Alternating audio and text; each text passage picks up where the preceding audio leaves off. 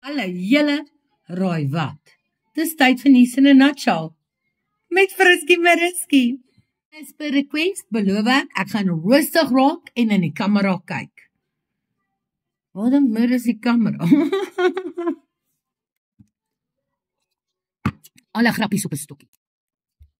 As jy onthou die crazy Trump se tariffs wat hy gegaan het en almal gepunish het, Suid-Afrika het 30% gekry vir import en export fees.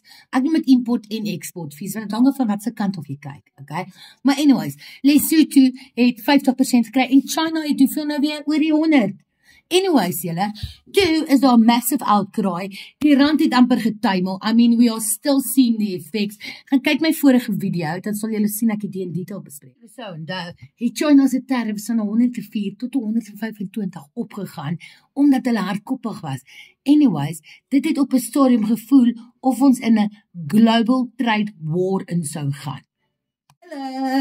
Toe kom Trump en pause al hierdie crazy tariffs vir 90 dae. I quote, people were jumping a little out of... What? Jumping, okay.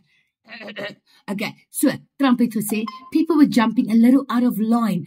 They were jumping yippee and afraid. But somebody had to do it. China has been the biggest abusers, okay? No other president would have done it.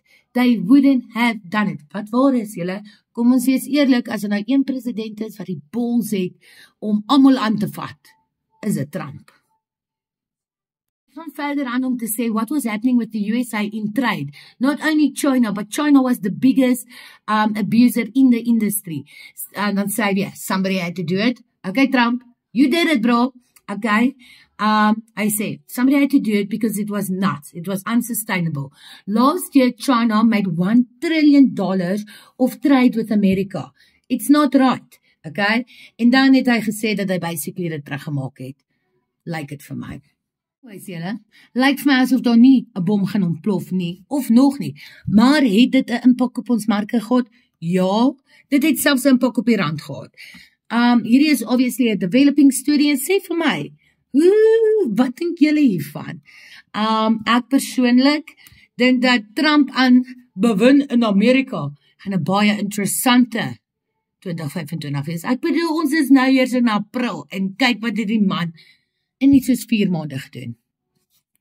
Anyways, julle, dis nuus in 'n nutshell. Met julle favorite, Friskie Mariski.